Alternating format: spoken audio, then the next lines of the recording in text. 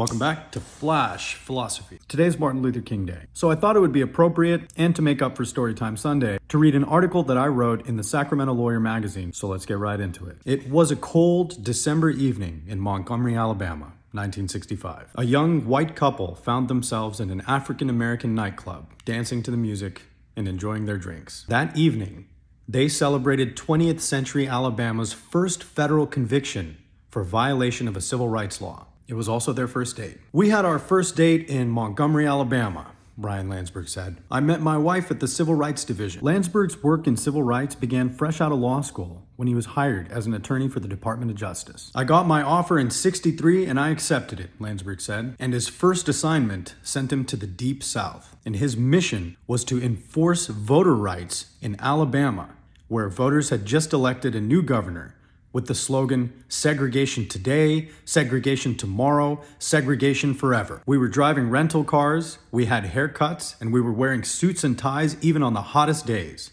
Landsberg said. Everyone knew that the Department of Justice was in town, but many locals in Alabama saw them as just ignorant outsiders who didn't understand the depth of the situation. If left alone, most thought, the race relations would probably handle themselves. Landsberg, however, knew what he was fighting for. "My first trip there," he said, "there was some snow, and we went to the houses of some black people who didn't have any insulation at all. I remember one house where the guy we went to interview was in bed under a pile of blankets because it was so cold in his house. So he got up and said, 'Come to my living room and we can talk.' So he unscrewed the light bulb from his bedroom, took it into the living room, and screwed it back into the living room. He was so poor, he could only afford one light bulb." Over time, Landsberg's work shifted from voting rights to school segregation, and he was eventually assigned the famous case Lee versus Macon County Board of Education, a case filed by an attorney named Fred Gray against the Macon County Board of Education on behalf of black students who were denied admission to an all-white school. And when I interviewed Landsberg for this article, he wondered about the ethical implications for the lawyers bringing that case. He said,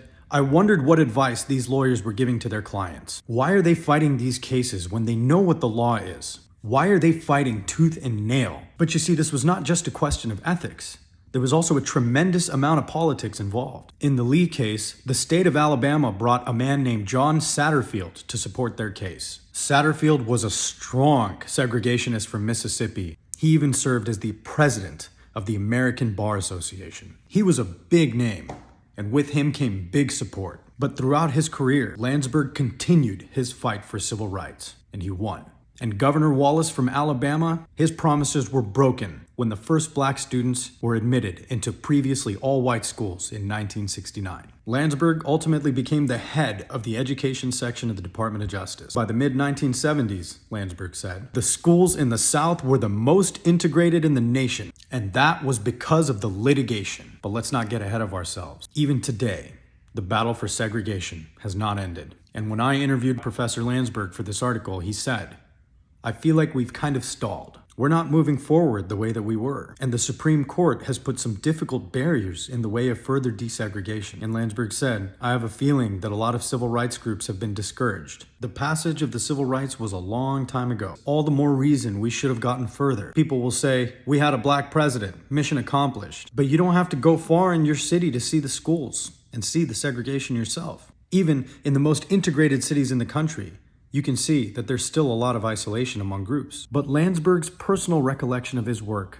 resonates a very practical message. Though not all lawyers and not all people can bring giant desegregation cases, we all still have a profound duty to our communities and to the people around us. So you see, no individual is too small to make a difference, and no amount of good work is insignificant. There's still lots to do with regard to civil rights and minority representation in the law. A lot of the job is still right here at home. By the way, Brian and Dorothy Landsberg ended up getting married and both teach at the same law school to this day. And remember, you're going to do great today.